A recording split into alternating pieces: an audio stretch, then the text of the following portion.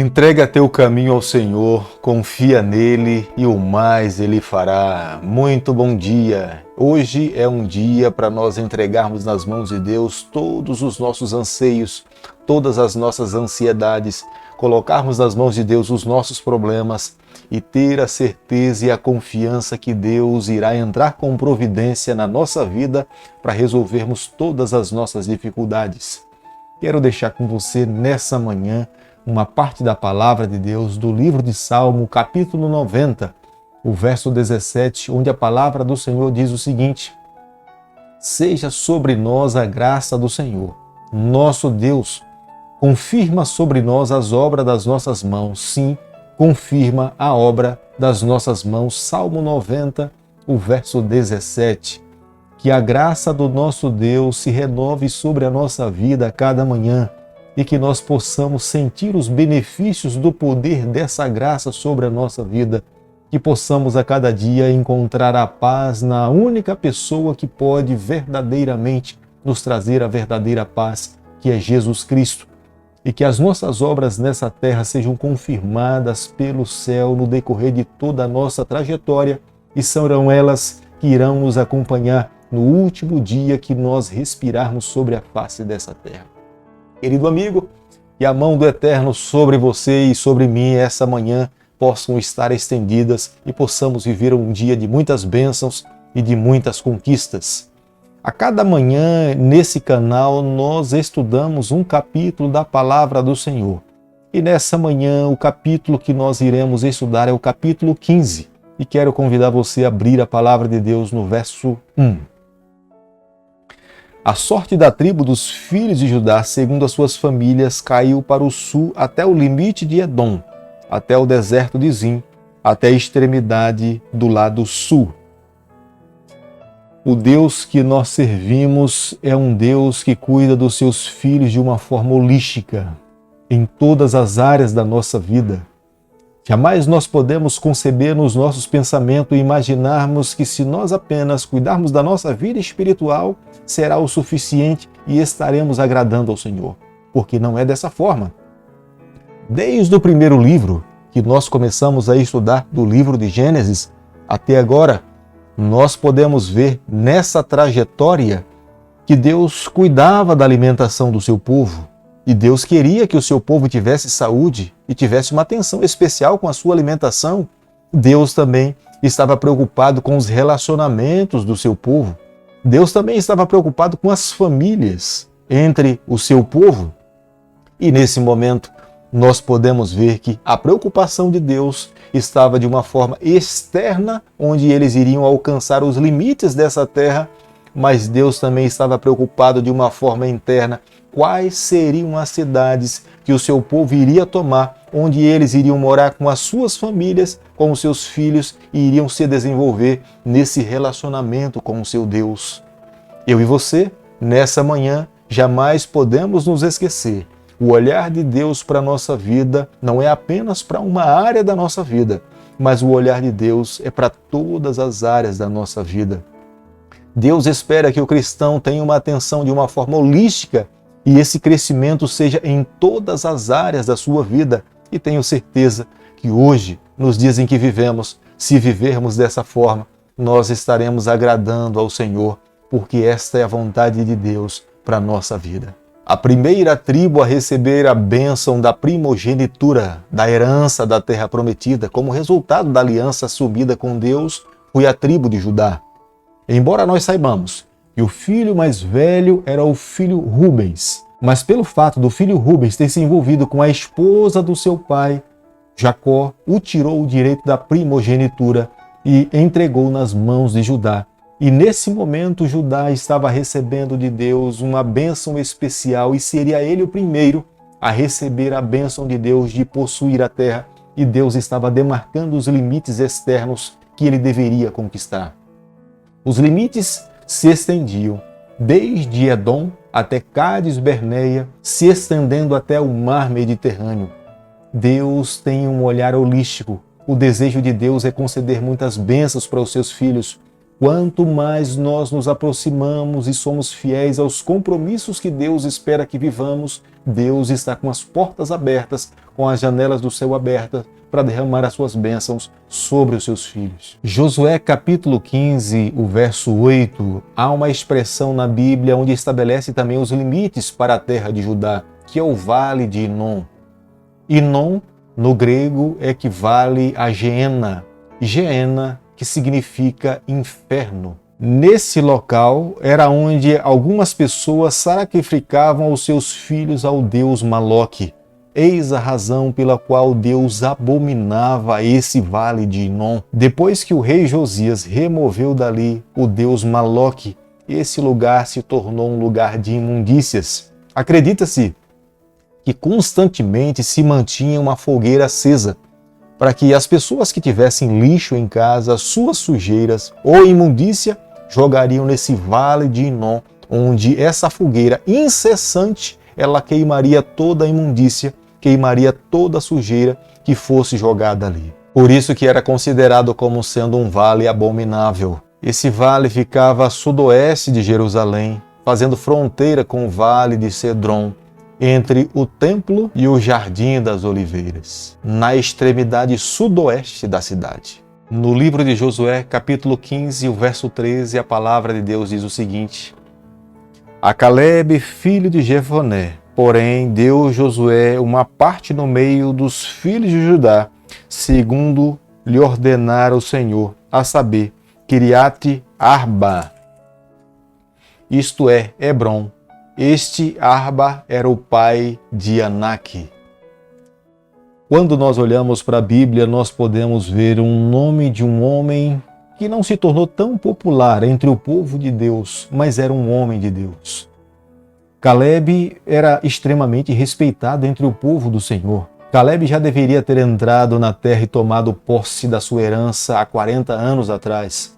Mas pelo fato do povo e dos espias não crerem na palavra do Senhor, Calebe teve que viver no deserto mais tempo do que de fato era necessário.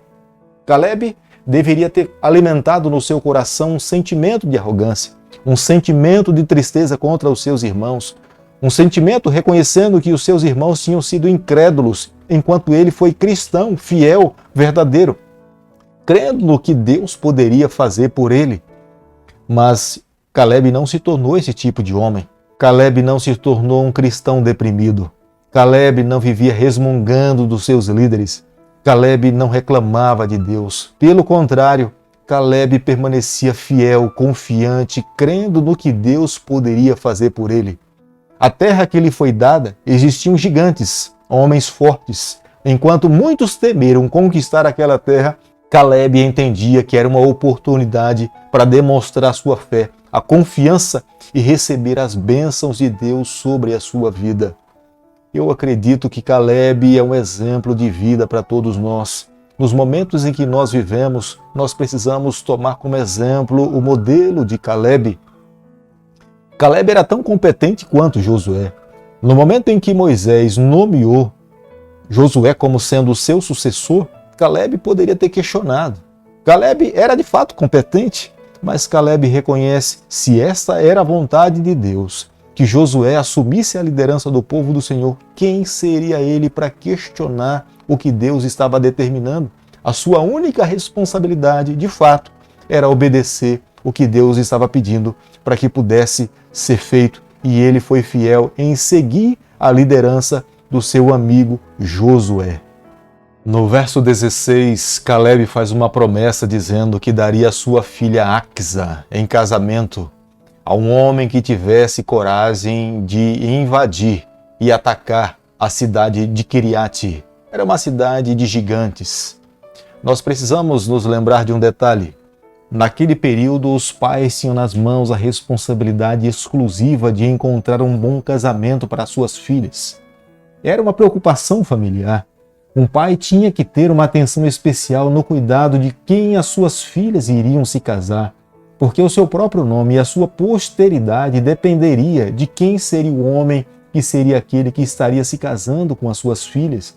Da mesma forma, se uma família tivesse homens, Os seus pais deveriam se preocupar com as filhas ou com as mulheres que iriam se casar com os seus filhos. E isso era algo natural que acontecia entre as famílias, uma preocupação com o casamento dos seus filhos. Mas aqui, nesse momento, Caleb coloca como sendo uma condição para alguém casar com a sua filha, quem primeiramente atacasse a cidade de Kiriat Sefi.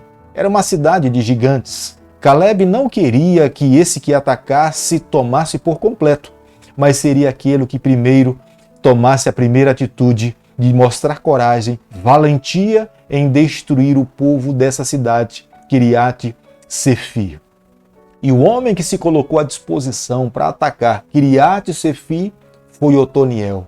E podemos ver que futuramente, depois que Josué deixa de ser líder, que fecha os seus olhos para essa vida, quem foi apontado por Deus para se tornar um dos juízes para conduzir o povo do Senhor foi Otoniel, o genro de Caleb, que se casou com a sua filha Axa.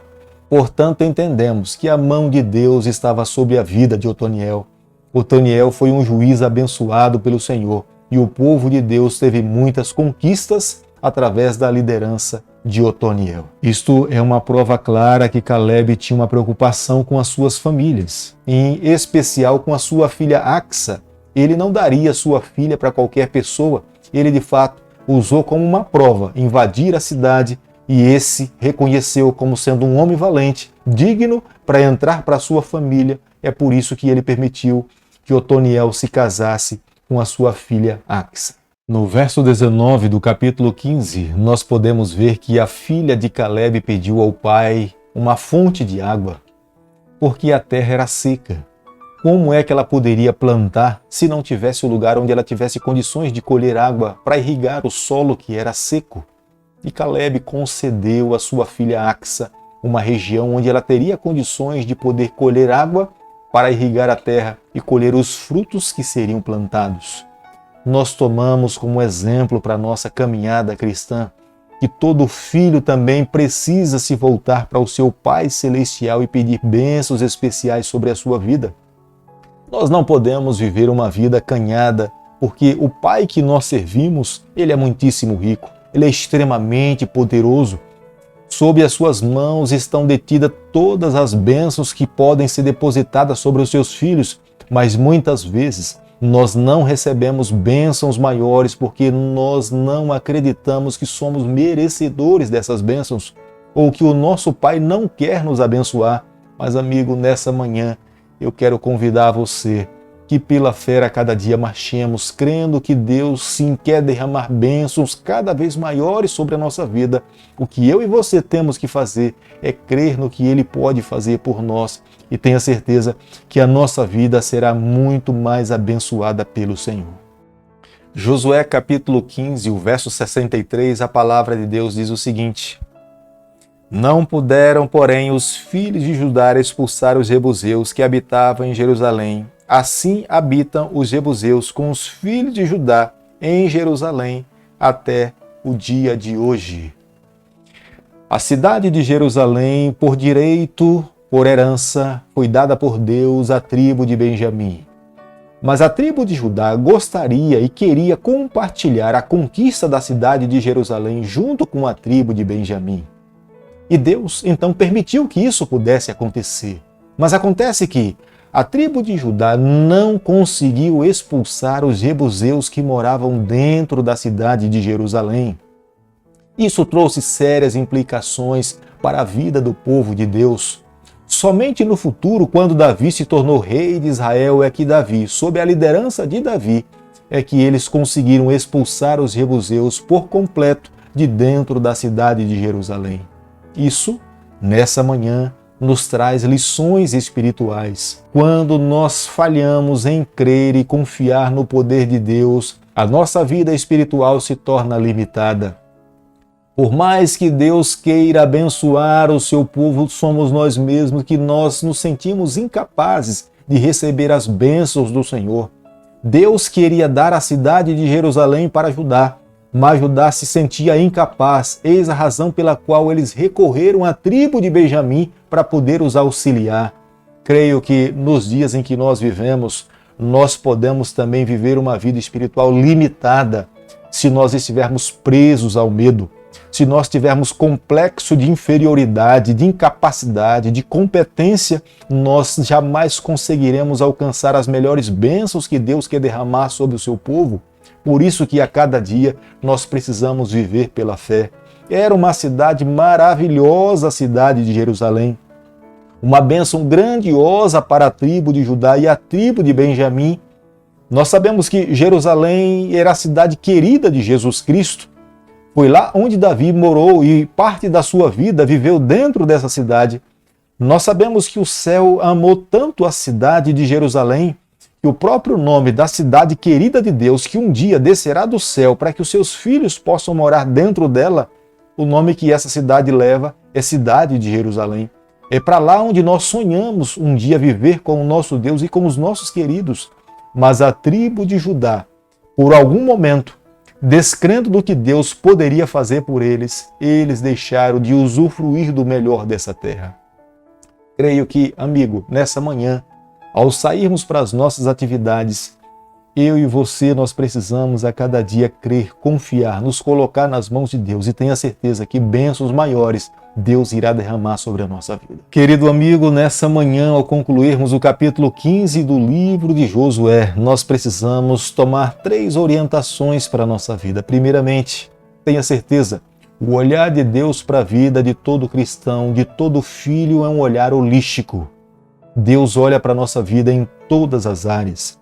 Deus espera que nós tenhamos bons relacionamentos. Deus espera que nós construamos uma família feliz. Deus espera que nós tenhamos saúde.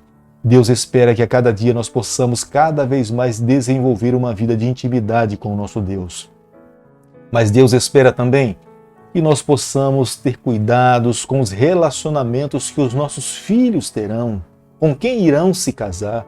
Da mesma forma como Caleb um dia se preocupou, nós precisamos hoje dar uma atenção especial, discipularmos os nossos filhos, prepará-los para o futuro, para que a nossa geração, para que a nossa descendência se encontre com o Senhor. Deus sempre esperou que vivêssemos dessa forma e, como sendo o último conselho, Deus espera que o seu povo marche a cada dia pela fé.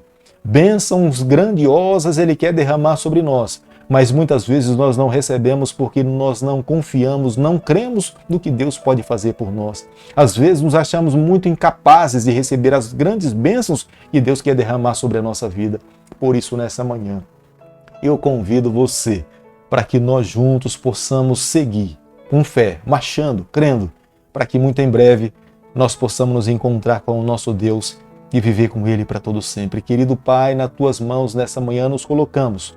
Confessamos as nossas falhas, molda o nosso coração, nos prepara para nos encontrarmos com o Senhor. Nós oramos, nós pedimos e o fazemos em nome de Jesus. Que o Senhor te abençoe e te guarde. Que Ele faça resplandecer o seu rosto sobre você. Que Ele tenha misericórdia de você. Que sobre você nessa manhã Ele levante o seu rosto e conceda a sua paz em nome de Jesus.